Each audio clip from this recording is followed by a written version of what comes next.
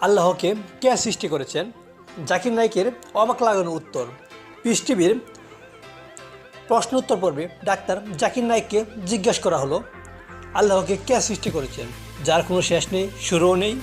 উত্তরে জাকির নায়েক বলেন, সাধারণত এ প্রশ্নের উত্তরটি আমি আরেকটু প্রশ্নের মাধ্যমে দিই, এভাবে যে আমি বললাম, আমার বন্ধু জন সন্তান জন্ম দেওয়ার জন্য হসপিটালে ভর্তি হয়েছেন।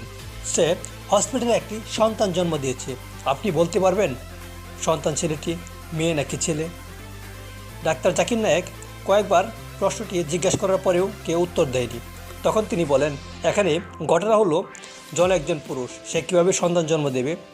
যেহেতু সে পুরুষ, তাই সন্তান জন্ম দিতে পারবে না। তাই এরকম প্রশ্ন করাও বোকামি যে তার বাচ্চা ছেলে হয়েছে নাকি মেয়ে। এই প্রশ্নটি জিজ্ঞাসা করাই উচিত নয়। তবে কেউ যদি প্রশ্ন করে আল্লাহকে কে সৃষ্টি করেছেন, তাহলে আমরা বলবো আল্লাহ তাআলার সংজ্ঞা হচ্ছে, তাকে কেউ সৃষ্টি করেননি, তিনি কারো সন্তান নন, তাকে কেউ জন্ম দেয়নি।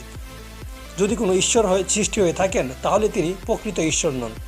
এর জন্য আমরা বলে থাকি লা ইলাহা ইল্লাল্লাহ, তিনি ছাড়া কোনো আল্লাহ নেই, তিনি একমাত্র অদ্বিতীয়। তিনি সৃষ্টি হননি, তাকে কেউ সৃষ্টিও করেননি, তার শুরু নেই, তার শেষও নেই। তিনি সকল কিছু সৃষ্টি করেছেন, সব কিছু তার উপর নির্ভর করে, তিনি কারো উপর নির্ভর করে চলে না।